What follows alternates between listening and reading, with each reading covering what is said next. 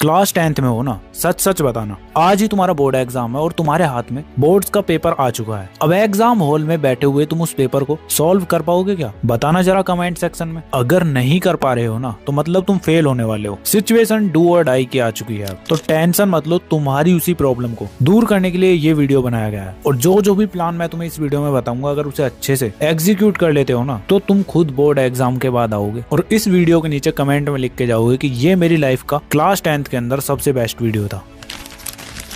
So hi everyone, this is Mukul Bhardwaj और आज की वीडियो में हम बात कर रहे होंगे क्लास 10th के डू और डाई प्लान की। बिकॉज ये लास्ट टाइम आ चुका है, हर कोई वीडियो बना रहा है कि ये कर लो वो कर लो, बट इतना सब कुछ बच्चा करेगा कहाँ से? तुम्हारी सिचुएशन बहुत अच्छे से समझ सकता हूँ मैं, इसीलिए ये वीडियो एकदम प्रैक्टिकल रहेगा। सबसे पहले मैं तुम्हें 4 मिस्टेक्स बताऊंगा जो मेजोरिटी बच्चे इस टाइम पर कर रहे हैं। उसके बाद मैं तुम्हें 3 गेम चेंजर थिंग्स जो तुम्हें तुम्हारे बोर्ड एग्जाम में मार्क्स लाने में हेल्प कर रही होगी। और फिर लास्ट में सबसे इंपॉर्टेंट डू और डाई डेली साइकिल, मतलब वो बचे हुए दिनों में किस तरह से तुम्हें डेली पढ़ना है वो सब। तो स्टार्टिंग करते हैं तुम्हारी मिस्टेक्स से। Random study. अब मेजोरिटी बच्चों का क्या रहता है कि आज यार मूड नहीं है, आज मैथ्स पढ़ लेता हूँ, साइंस कल पढ़ूंगा, या चल छोड़ परसों एसएसटी पढ़ लूंगा, ये टीचर तो बहुत गंदा पढ़ाता है, इससे नहीं किसी और से पढ़ता हूँ चलो। अब अगर तुम ऐसी थिंकिंग रखते हो ना, तो तुम्हारा कुछ नहीं होने वाला। रैंडम स्टडी एकदम बंद कर दो। ऐसा करने से तुम्हारी पढ़ाई बिल्कुल भी नहीं होने वाली, उल्टा तुम्हारा दिमाग थकेगा। और ये मिस्टेक्स इसीलिए इंपॉर्टेंट है, अगर तुम्हें यही नहीं पता होगा ना, तो तुम गलतियां करोगे ही करोगे। अब सेकंड मिस्टेक है तुम्हारी सिर्फ लेक्चर देखना।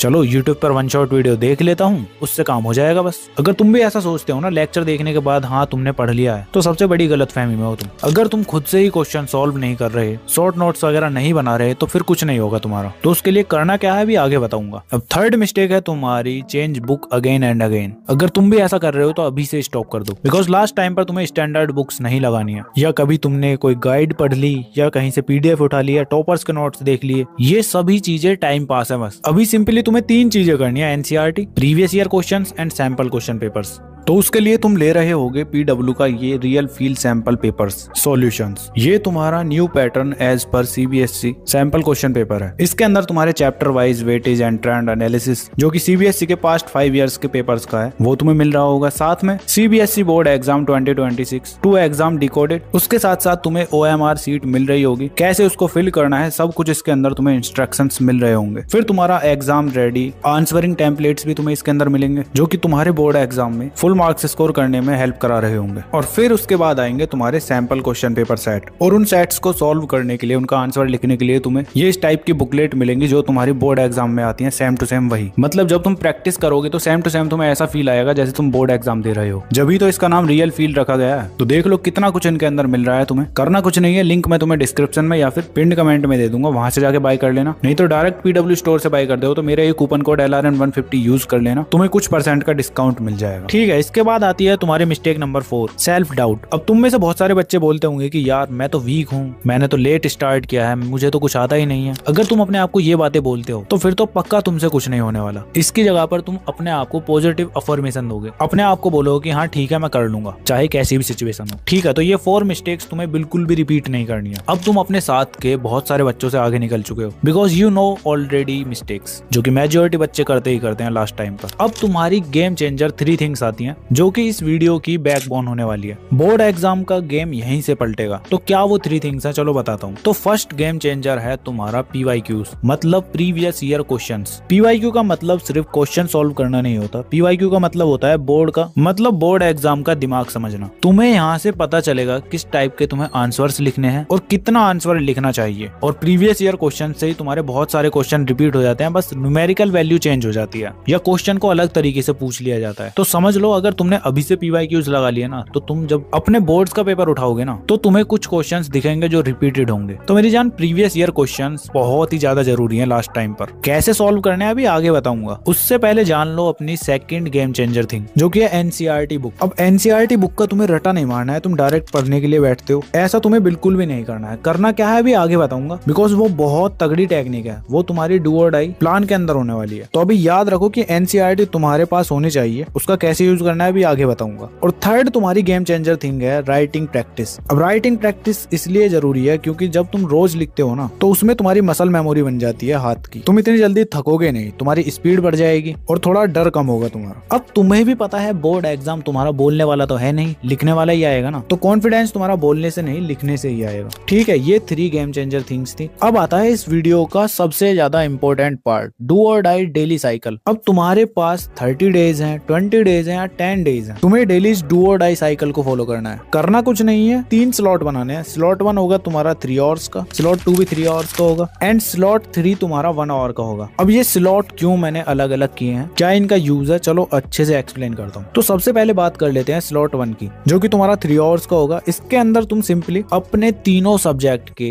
मतलब मैथमेटिक्स के, साइंस के और सोशल साइंस के 1 शॉट लेक्चर अटेंड करोगे। 1 घंटा तुम्हारा साइंस का होगा, 1 घंटा मैथमेटिक्स का और 1 घंटा सोशल साइंस का। और 1 शॉट लेक्चर अटेंड कैसे करना है उसकी भी तुम्हें टिप्स दे देता हूँ, तो ध्यान से सुनो। जैसे तुम इस वीडियो को 1.5x पर देख रहे हो ना, ऐसे ही तुम्हें अपना लेक्चर अटेंड करना है। 2x पर मत कर देना, उससे तुम्हें घंटा कुछ समझ नहीं आने वाला। और हाँ, वीडियो को पॉज जब ही करना जब तुम्हें कुछ समझ नहीं आए, वरना लेक्चर तुम्हें चलते ही रहने देना है। और साथ साथ छोटे छोटे नोट्स बना सकते हो, मतलब कीवर्ड्स वगैरह लिख सकते हो बस। मतलब 1 शॉट लेक्चर देखने का गोल तुम्हारा परफेक्ट होना नहीं है, बस उस चैप्टर को समझना है कि इस चैप्टर के अंदर क्या क्या चीजें हैं। ये सब तुम्हारा 1 शॉट लेक्चर की हेल्प से हो जाएगा। मतलब कि लेक्चर तुम्हारा बस बेस बनाने के लिए है, मार्क्स निकालने के लिए नहीं है। उसके लिए क्या करना है चलो अच्छे से बताता हूँ। अब तुम्हारा आता है सेकंड स्लॉट, ये भी तुम्हारा 3 आवर्स का है। इसके अंदर तुम्हें सिंपली क्वेश्चंस की प्रैक्टिस करनी है और वो बोरिंग तरीका यूज नहीं करोगे, एकदम नया यूनिक तरीका है, इसको तुम्हें यूज करना है। करना कुछ नहीं है, इन 5 स्टेप्स को फॉलो करना है। फर्स्ट स्टेप है तुम्हारा, तुम्हें PYQs उठाने हैं। देन सेकंड स्टेप में तुम्हें उन क्वेश्चंस को देखना है, मतलब एक PYQ को पढ़ना है। देन उसके बाद सीधे स्टेप 3 में अपनी NCERT को खोलोगे और उसके अंदर तुम्हें आंसर को फाइंड आउट करना है। यही तुम्हारा स्टेप 4 है। और जैसे ही तुम्हें आंसर मिल जाता है उसके बाद स्टेप 5 में तुम उसको नोटबुक के अंदर लिख दोगे अपनी, चाहे देख के ही लिखो, उससे कोई प्रॉब्लम नहीं है। जल्दी जल्दी लिखना है, बस ऐसा लिखना कि राइटिंग तुम्हें समझ आ जाए। यहाँ पे तुम्हारी मतलब एग्जाम के लिए ट्रेनिंग चलेगी, टेस्ट नहीं हो रहा है। ये टेस्ट देना है तो सिंपली सैंपल क्वेश्चन पेपर्स लगाओ। अब जब तुम ऐसा करने के लिए बैठोगे ना, हर क्वेश्चन का आंसर फाइंड करोगे, तो तुम्हारा आंसर गलत भी हो सकता है या फिर तुम्हें आंसर को फाइंड करने में टाइम भी लग सकता है। तो तुम्हें पैनिक नहीं होना है, ये चीजें नॉर्मल है। अब तुमने क्या किया, स्लॉट 1 में तुमने 1 शॉट लेक्चर अटेंड किए, उसके बाद स्लॉट 2 में तुमने क्वेश्चंस की प्रैक्टिस कर ली इन 5 स्टेप्स की हेल्प से। अब आता है तुम्हारा स्लॉट 3, जो कि तुम्हारा 1 आवर का है। इसके अंदर सिंपली तुम्हें रिवीजन करना है। रिवीजन का मतलब रट्टा लगाना नहीं, रिवीजन का मतलब है आज जो तुमने लिखा है ना उसको दोबारा से रिवाइज करना है, मतलब देखना है। मतलब कि पूरे दिन तुमने जो चीजें पढ़ी हैं ना उनको अच्छे से देख लो, बस हो जाएगा तुम्हारा रिवीजन। और साथ के साथ तुम्हें माइंड मैप नोट्स भी बनाने हैं, मतलब जो चैप्टर तुम खत्म करते हुए जा रहे हो ना उसके तुम माइंड मैप नोट्स बना लेना। उसके अंदर तुम्हारे कीवर्ड्स होने चाहिए, हेडिंग्स होनी चाहिए और डायग्राम्स, बस शॉर्ट नोट्स टाइप अपनी नोटबुक को रेडी कर लेना, उससे तुम्हारा रिवीजन बहुत अच्छा होगा। ठीक है, और हाँ, वीडियो पर अभी तक बने हुए हो ना तो तुम हो तो सीरियस अपनी स्टडी को लेकर आओ, बिकॉज बहुत सारे बच्चे इस वीडियो को देख लेंगे लेकिन प्लान को फॉलो ही नहीं करेंगे। बट मुझे भरोसा है तुम पक्का फॉलो करोगे और उसकी स्टार्टिंग तुम कमेंट सेक्शन में डू और डाई कमेंट करके कर रहे होगे। बाकी वीडियो कैसा लगा ये भी बता सकते हो, बिकॉज आज की वीडियो के लिए इतना ही था। तुम्हें अपनी स्क्रीन पर ये वीडियोस भी शो हो रही होंगी, तुम इनको भी देख सकते हो। बाकी चलो मिलते हैं नेक्स्ट वीडियो में, तब तक के लिए keep learning, keep studying and keep smiling.